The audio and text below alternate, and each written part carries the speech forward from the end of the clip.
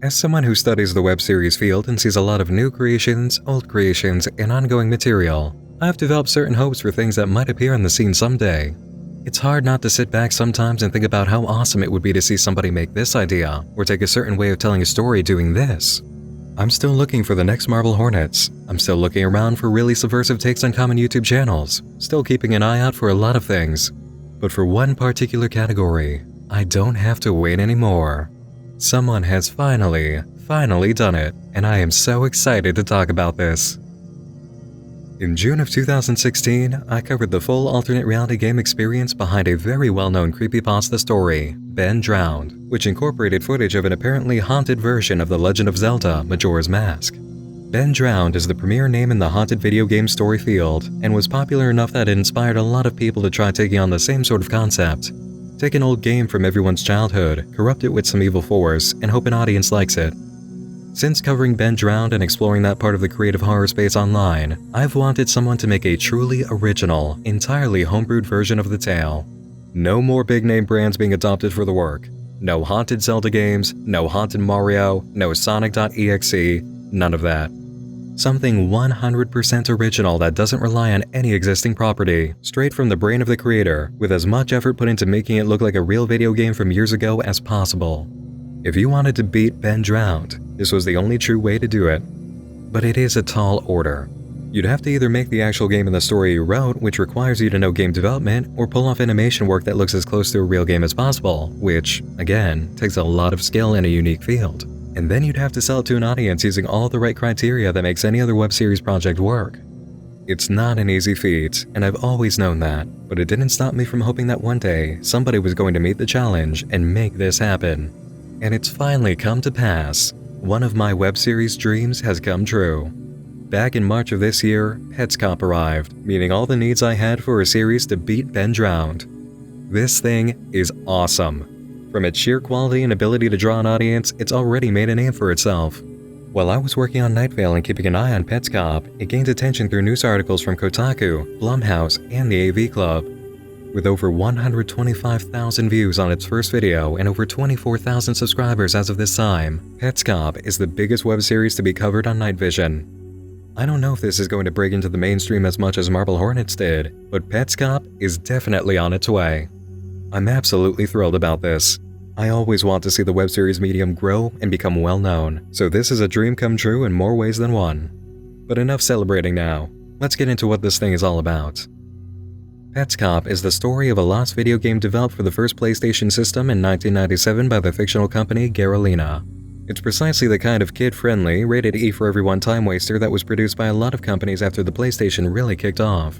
Your goal as a player is to rescue pets from a place called the Gift Plane, a shelter that housed over 100 pets but has recently closed down. All the personnel have left, but they weren't able to take all of the pets with them. 48 remain, spread across 8 homes. You read all of this information on a bright pink sign posted just outside the entrance to the Gift Plane, which of course was a totally responsible way for the old personnel to make sure the pets they left behind were somehow taken care of.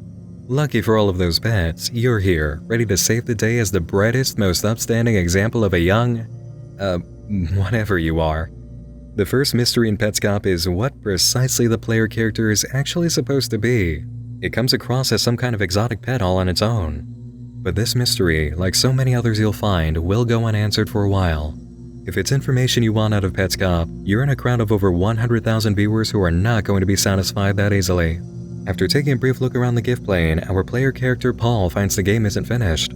There's not much to the Gift Plane at all besides poles with gift boxes on them, a few signs, and precisely one house for pets. Even care. The inside of this one and only pet house in the Gift Plane is a decent contrast to the outside world. Plenty of bright blue and pink, some furniture, and a sense that you're really seeing an old game as Paul runs around collecting floating gems. You can even find pets to catch, like Amber, the bouncing ball who was left behind in a cage. She doesn't seem entirely unhappy though, with a toothy smile and a trophy awarded for staying in the cage like a good pet. After a bit of puzzle solving, Paul catches Amber and proceeds to catch a few more pets, with the exception of a truly odd bird-headed creature in a hallway. It's at this point that Paul introduces a note that came with the game. I walked downstairs, and when I got to the bottom, instead of proceeding, I turned the right and became a shadow monster man. 6/13/1997. For you. Please go to my website on the sticker and also go to Rollins' room and press start and press down, down, down, down, down, right, start. Paul doesn't know exactly what this all means. He's the same sort of character we usually get in these creepy video game stories. Just an average guy who comes across something very odd and begins to document his experience and the investigation that follows. We can see this in the video description as he writes, "The game I found," and in the beginning of the video when he says, Alright, so, this is just to, prove to you that I'm not lying about this game that I found. I'm just gonna walk you through everything that I've seen so far, and obviously it'll be exactly as I described it, because this is it. If you're wondering where Paul described the game he found, there could be two places. Going to the comment section for the first video now, it's tough to find a lot of the evidence since a lot of other comments have buried it, but it seems that when Petscop first uploaded, somebody shared a thread about it on 4chan's V board, asking if anybody had heard about this old video game. There were a lot more comments than the one I have here about Petscop being brought up first on 4chan back in March and early April, but most of them have disappeared. So it's possible that Paul was the creator of the 4chan thread talking about the game he found, and he provided this video for the board. The other possibility seems to be one that's unfolding in the series through more recent uploads. Paul has a friend that he's addressing directly that's been away from home, and he was talking to the friend about this game. There's already been stuff that I could dig a little deeper into, and I'm gonna do that, and keep you updated. But also, when you come home next month, and hopefully you're feeling a little more enthusiastic about that now, we can investigate this together. And maybe you'll find stuff that I can't find here. Either way, Paul is aware he has an audience for the series, and I've really gotta hand it to this guy in regards to the performance. He absolutely nails the part that he's playing on the voice acting. Paul really does sound like your average guy who found something odd and comes across as appropriately surprised during all the right moments. I completely believe in his performance, and that's rare for any web series. But aside from being good at acting in his role, Paul, if he is the full creator of this experience, is doing a great job at keeping things from us at the start. Getting back to where we left off a moment ago, a note came with the game talking about a website listed on the sticker and a secret code. We know there's additional material to check out for the Petscop story now, and we want in. But Paul hasn't given us the info, so we have to sit back and wait to find out about the website, who made it, who wrote the note, how they found the secret code for the pause menu, and why the code was even included. And our curiosity is piqued so naturally as consequence, and with such flow in the storytelling that it really makes us feel more invested. Paul uses the code to access what seems like a debug mode for the game, which soon reveals an entire layer to Petscop that nobody could have anticipated. This is where the real creepypasta and haunted game elements come in, as Paul explores a big, open field with a black sky, heads into a dark cellar, and finds an underground complex with odd pictures and an overall sense of trespassing. Watching Paul go through the underground is fascinating. When you watch a Let's Player's run-through of a game, you know that you're not limited to their recording alone to get the experience. If they haven't uploaded as much as somebody else for a game, you can finish the storyline through another channel. If you like what you see but the pace of the uploads are too slow, you can buy the game yourself and blaze through it. If you don't want to buy it, you can always read about it online and get the rest of the story that way. But with Petscop, we're seeing a Let's Play on a game that you cannot possibly get your hands on. There's nowhere else to go. No other Let's Players, no websites, no forums, nothing. You can't buy it for yourself, read about it, or find a way to spoil it. Paul's pacing is the beginning and the end of your access to the story, which is so unlike any other Let's Play on YouTube that it makes the experience a lot more powerful. You really are at the mercy of Petscop storytelling, and it knows when to take its time, making you wonder what comes next and when to hit you with something really strange, and the mystery here is strong. Instead of getting answers that lead to more questions, you just get a lot more questions. Paul is a lot like Jay in Marble Hornets. He's learning about things only moments before you find out, so everybody is in over their heads on this one. And you get to see Paul working things out, trying to piece the puzzle together as it goes along. That, like how believable Paul comes across for his role, is something you just don't get in a lot of web series, and it is fantastic to see in the writing.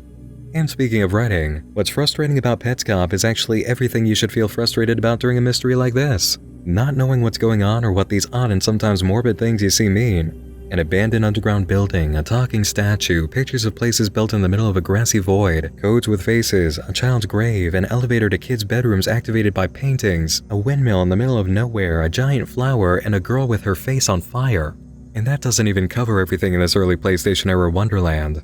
Each new upload for Petscop brings us a fresh amount of content to play back and dissect, looking for meaning. Now, whenever I introduce a new series through Night Vision, I like to provide a bit of the story to give everybody a sense of what it's all about and then let you loose to go on the rest of the journey. This way, you can experience everything from the point I stopped as new material. The Petscop mystery, however, has been so demanded for coverage and is so fascinating to me that I'd like to talk about it in this video up to the point of Petscop 8, the most recent upload to come out during the time that I'm making this video. So here's what we'll do. If you haven't seen Petscop yet, I want you to go watch the series so far. Petscop through Petscop 8. Go watch the videos. They're fantastic work that's worth your time, and this channel deserves all the views and support it can get. A stunning amount of work had to have gone into making this web series by its creator, and making sure that you see the extent of it alone is worth stopping here to send you over. When you're done watching all the way through Petscop 8, then you can come back to me here. If you haven't seen the series and you're not going to, you might get lost in some of the things I talk about, so seriously, go watch Petscop. Take the time. We'll reconvene in about 5 seconds.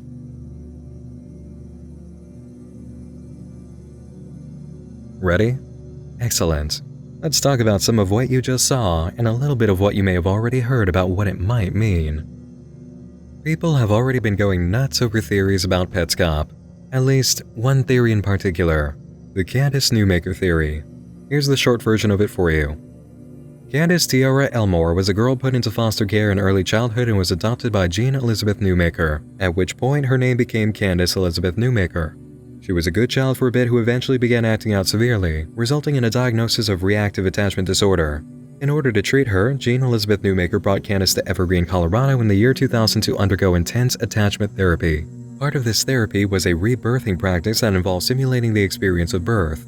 Candace was held down under several pillows by 4 adults who demanded that she do everything in her power to free herself, asking if she wanted to be born or if she wanted to die. Candace cried out during the session that she was dying, to which the alleged psychologist involved said, "You want to die? Okay, then die. Go ahead, die right now." And that's precisely what happened. Candace Newmaker suffocated under the hands of 4 adults during a therapy session, and even though paramedics got a pulse going, evaluation by doctors revealed that she had suffered brain death. Candace did not survive more than a day after this. So why do people believe this has anything at all to do with Petscop? Because of 2 names and a few general ideas. In the game, the talking statue refers to Paul as the Newmaker. Paul is also playing under the Newmaker plane, so the name Newmaker is prominent. The name Tiara is also prominent, which was Candace Newmaker's original middle name. The statue recognizes the name Tiara, responding to the question, "Who is Tiara?" by saying, "Petscop kid, very smart." So there are the names, Newmaker and Tiara. Now for the general concepts. Candace Newmaker died in a rebirthing session, during which she was called a quitter by the adults holding her down for giving up and trying to escape the womb. You can read them saying it in the official transcript of the session, which had been videotaped. In the area named Quitter's Room, Paul finds a note on the wall that raises the question, "Do you remember being born?" The reflected version of Paul's character in the Quitter's Room is a young girl. Because of all 3 of these things coinciding, it's believed that Candace Newmaker is the inspiration for events happening in the game, most of them relating to this room. Oh, and of course the themes of adoption and neglected or abused kids present in Petscop. And that's really all of it when it comes to the evidence. I'll tell you guys straight out, I don't believe the Candace Newmaker theory. It has some weight, but not nearly enough to make me convinced. The evidence is coincidental at best, especially since a lot of more easily connected story concepts have come together in later videos that have nothing to do with Candace. But before we even get to that, there's something important I think the Newmaker theory crowd might be overlooking here. Candace Newmaker died in the year 2000. Petscop was made in 1997. In order for Candace Newmaker to have any influence, she would have somehow needed to infect this unfinished game with her spirit 3 years after its development was seemingly cancelled. And what's more, if Candace Newmaker was a major part of the story in Petscop, causing it to be all sorts of creepy and haunted, why do we already have a note that came with the game from 1997 talking about the secret code and shadow monsters? This indicates that the game was already messed up in 1997. It didn't suddenly become creepy 3 years later. The name Newmaker is also applied to Paul and the place that he's in. It's not just the standard game scripting for the statue named Tool that calls him that either. It happens when the apparent supernatural force in the game speaks directly to him.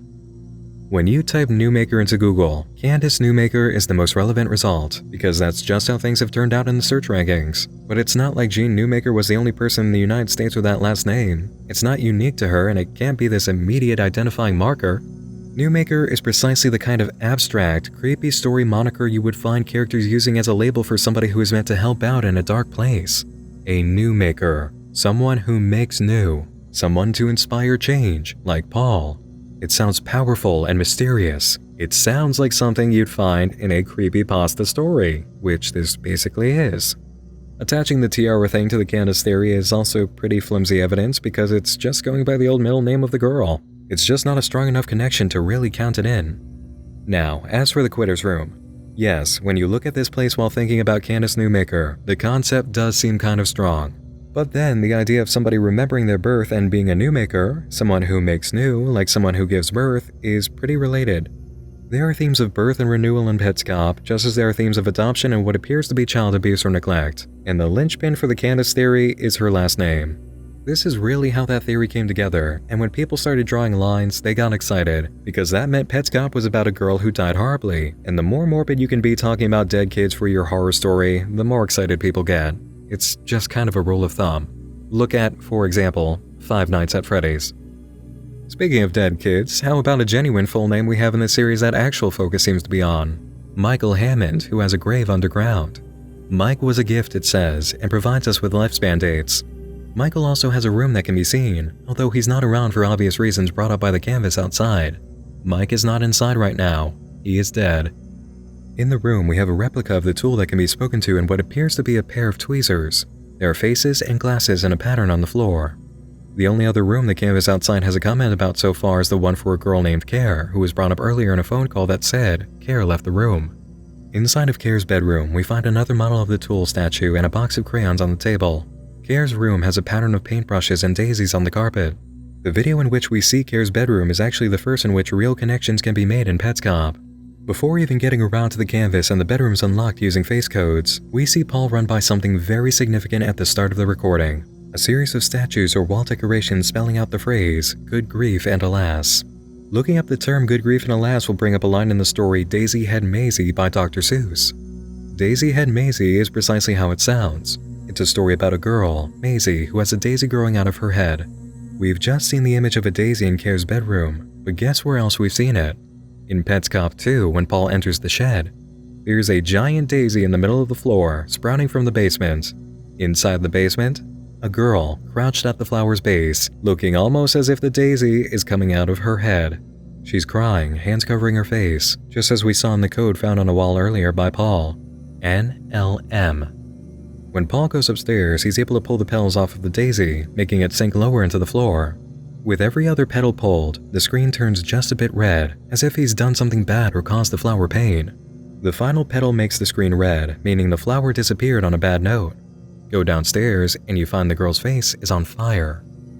In the story Daisy Head Maisie, the character of Maisie finds that nobody can help her remove the daisy from her head, and she ends up feeling very lonely and unloved. Here's an exact quote from the story. Maisie McGrew ran night and day, nowhere to go, nowhere to stay.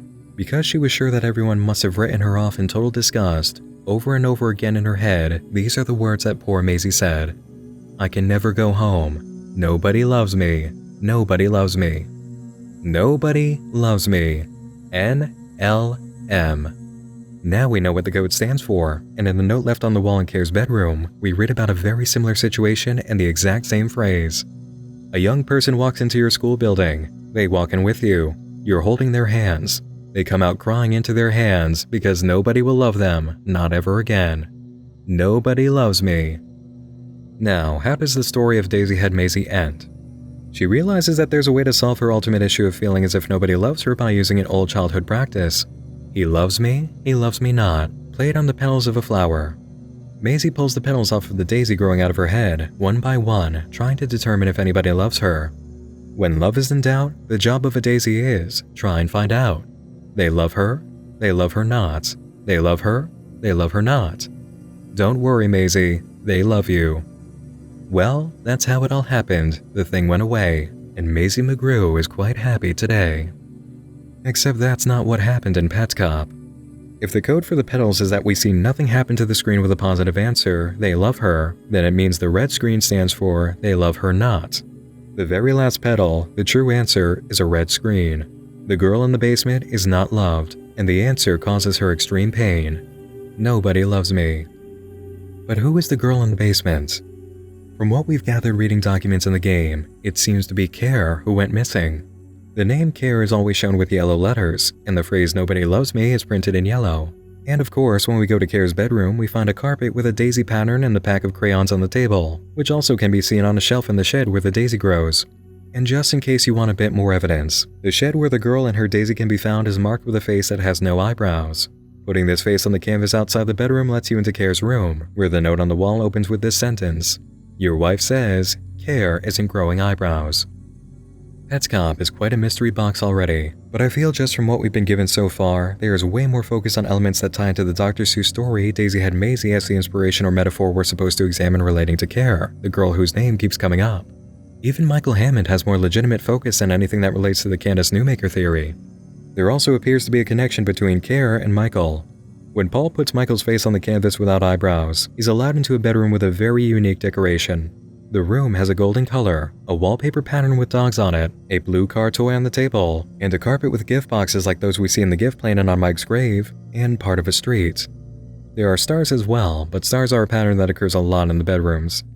Blue toy car, section of a street, dog pattern on the wall. Remember this. When Paul puts Care's face on the canvas with Mike's eyebrows, he gets another bedroom, this one tinted purple with a bright pink lampshade. On the wallpaper, we have pictures of daisies and, again, a strip of road, this time with broken yellow lines instead of dividing lines. On the table, we have 3 alphabet blocks, C-R-E, which is the word Care without the letter A. And on the other side of the table, something we're not allowed to see apparently. Paul addresses his audience directly at the end about this. We've had to cover something with a black box. Right now we can't say why. Some other things we're expecting to censor in the future. A big present with a sticker on it, something on a wall in a black house, written on a chalkboard. As infuriating as it is to be denied puzzle pieces, it's really a great move to increase curiosity about what's happening here. Paul and the friend that he was talking to in these videos have come across some things in Petscop they feel can't be shown. Not yet, at least. It's so tantalizing to know there's footage coming up the characters are scared to show us. We already have more things to look forward to and think about. The writing knows how to get a viewer excited and keep them hooked in the mystery. And like I said earlier, the more content we get, the more the mystery builds. In Petscop 8, the latest upload at the time I recorded this video, Paul encounters an odd scripting event you might have caught as something flashing by when he first went underground. On the way to the canvas room, there's a patch of dirt with a solid gray path down the middle. Immediately, you might think it's a street, and as soon as Petscop 8 opens, you realize that's precisely it as cars come through, narrowly missing Paul's character. Oddly enough, he can't actually get the cars to hit him. They always pass by just after he gets out of the way. Take a look at the cars and you'll see that they're the same model as the toy cars in the bedrooms. One car in particular is important. The blue car, an exact match for the one seen in the golden bedroom, with a strip of road on the carpet and images of a dog on the wallpaper. After catching the pet left behind by the mysterious visitor in Petscop 6, who is now assumed by Paul to be Marvin, he checks the information for the pet in the pause menu. Instead of any normal writing, we get some rambling information that leads into this. Has broken leg for some reason. I already hung him on a wall, too late to take it back. Makes me think about the dog actually, because when the car hit him I thought, at least it will be over soon. He survived it, and I was the only one who still wanted to put him down. A dog isn't innocent. When that dog wags its tail and it appears happy, it's not real. There is something going on here that has to do with a dog being caught in a road accident, just like there's something going on with the girl who is most likely Care relating to the story Daisy had Maisie. The area under the Newmaker plane seems to be some sort of void where childhood trauma is being played out with visual metaphors. It's definitely haunted, but not by any sort of normal ghost. Bad experiences had by children are manifesting, and there just might be an even bigger story involving a family. Perhaps the family of Care and Mike, who might have been siblings. After all, a girl who can't grow eyebrows is unusual. The only way you could make sure somebody doesn't have eyebrows is to get rid of the eyebrows, and Michael did have a pair of tweezers in his room, which are often used to pluck eyebrow hairs. But maybe Michael is innocent. Maybe the father figure mentioned in the Nona Care's room, who was excited by her lack of eyebrows, is doing something horrible. At this point, we have a whole lot of puzzle pieces that aren't connecting. We've put some of them together, but we've got quite a bit of time left to see how the rest fall in place. Paul himself has let us know that there's a lot more to come based on things that he and his friend agreed to censor. He's made progress in Petscop way past what we've seen, and as he continues to upload, I'm sure we'll find more connections and get enough answers to have a sense of what we're dealing with. To cap this all off, I'm going to say what you guys already know. I love this web series. This is one of the most inventive, unique, and impressive creations I've ever had the pleasure to cover.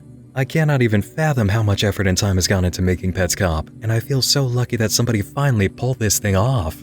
Congratulations are absolutely in order for the creators of this project, or the creator if it's only one person, which would be even more impressive. No matter how much content I cover, I always have a slight fear that it's going to take much longer than I would hope for the web series field to really get bigger and be taken seriously as an art medium. But seeing things like Petscop really erases my doubt and lets me know that this field is healthy. I'm giving this the same top-tier applause I gave to the West Records and awarding it my gold standard recommendation. The audience Petscop has pulled in might have come from some unexpected sources, but it's absolutely earned these numbers and all of the subscribers and views that will soon follow. Please, take a moment if you haven't already to subscribe to Petscop and show it some love, as well as making sure you don't miss the next upload in this awesome mystery. Major thanks to all of you for watching, and to all of my supporters on Patreon who gave me the power to make sure I can cover this series and others like it every step of the way. Stick around to the end of the video to see all of their names. Thanks for joining me in the dark again this evening. Once more, I'm Nick Nocturne, and I'll be seeing you again real soon. Sleep tight.